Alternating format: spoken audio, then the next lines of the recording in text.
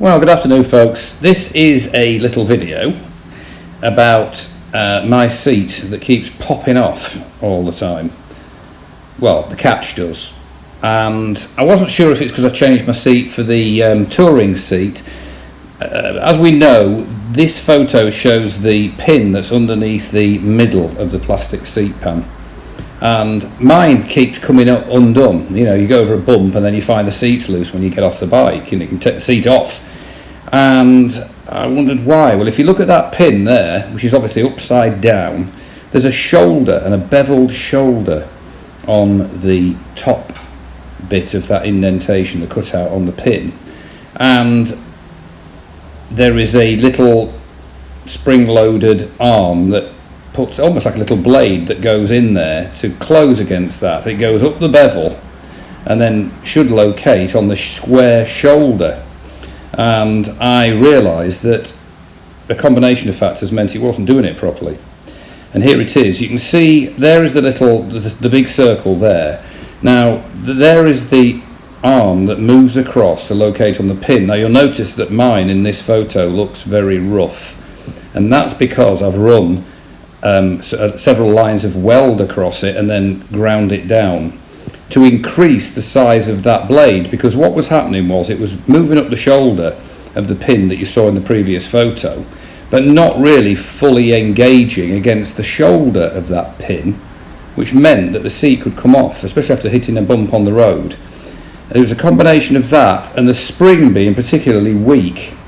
So what I've done is to drill the rivet. There's a rivet that holds the axle, if you like, of that blade. This next photo shows it. There it is, that silver disc thing. It's a little cylinder, and that is what the blade rotates on. You can see that. You've got your spring, you've got the arm, and then you've got your cable in the middle that goes to the pull toggle underneath the right hand side panel of the bike. And that round axle pivot is riveted on the other side. So what I had to do in order to get the arm out was to drill the rivet and then remove that big round cylinder there. Well, it's not big, but it looks big in the picture, and take it out, which then liberated the arm itself, and I could then take the arm off, and I used Frankenwelder, which I've mentioned in previous videos, to run some lines of weld along it and basically make it bigger, because it wasn't fully engaging on the shoulder. It was just after the bevel on that pin under the seat.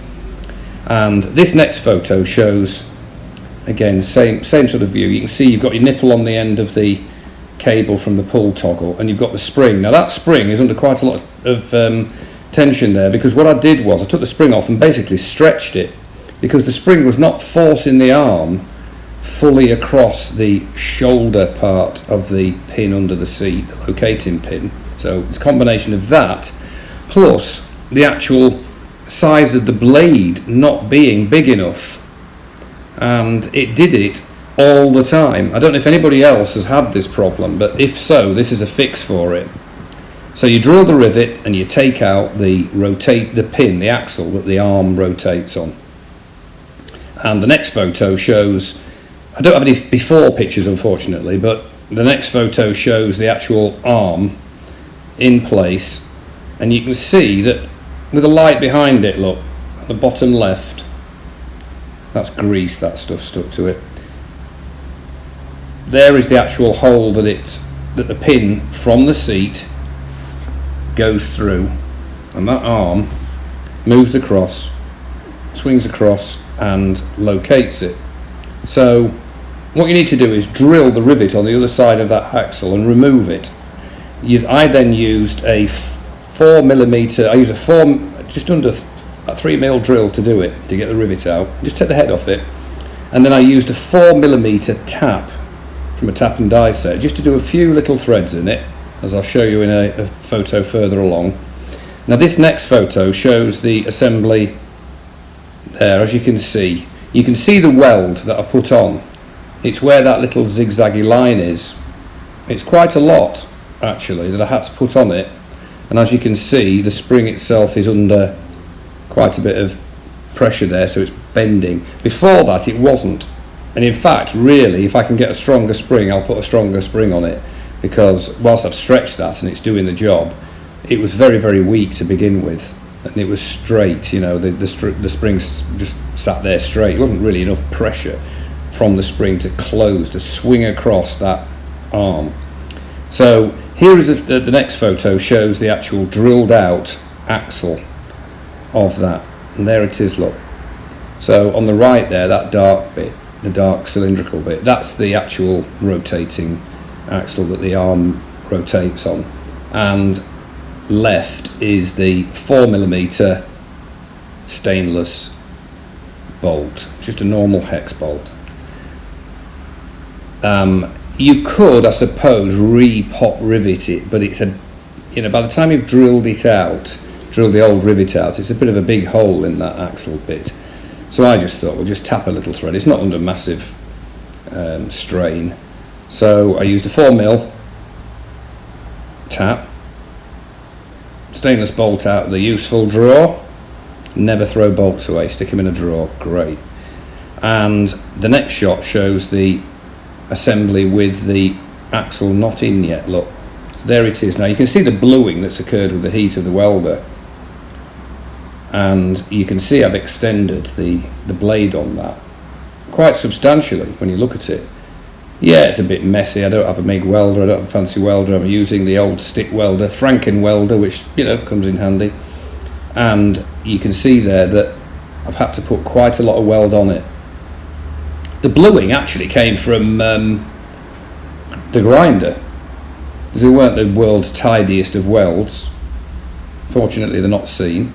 But you can see I've added a fair old bit on, so that when that arm swings round, it really locates on the shoulder of the pin under the seat. In fact, I was thinking, really, it'd be better without a bevel on it, really. And then you just push down hard on the seat, let go of the toggle on the cable, and it would just swing across. That bevel there's too much of it, in my opinion, and it's debatable whether it even, yes, it assists the blade to go on the pin. So there it is, another shot. You can see the welding that's done on it. It's not the best quality catch, I think, really. I mean, it's plastic bodied. Yeah, we know it's a budget bike, and we know it's just to be expected, isn't it? So I'm not dissing the bike in any way in terms of quality of the parts. It's not the best way. I mean, a cast alloy one would have been better. And the arm really should be bigger along the edge. It should have a bigger edge on it, and I think less of a bevel on the pin under the seat. Now the next shot shows the spring. As you can see, in 1 second, that spring is now bowed, and it's like that because I stretched it, and I had to stretch it so it really pushes it across. As I say, I'm going to look for another one and replace it probably. I mean, the second issue is that the cable itself seems to want to jump out of the clips, you know, the plastic shoulder bit there seems to want to pop out, and it's the same on the toggle under the seat. That will pop out just by, you know, pulling it a bit too enthusiastically. It'll pop out the retaining clip, but again, not a massive issue. And the next photograph that I've got here shows the assembly back together, and you'll be able to see on this photo that's coming up in a second that you've got the stainless hex bolt there that's now holding the little axle in place that the arm rotates on. And if you look at the hole on the left hand side there where the arm comes across, you'll see Franken welder's efforts.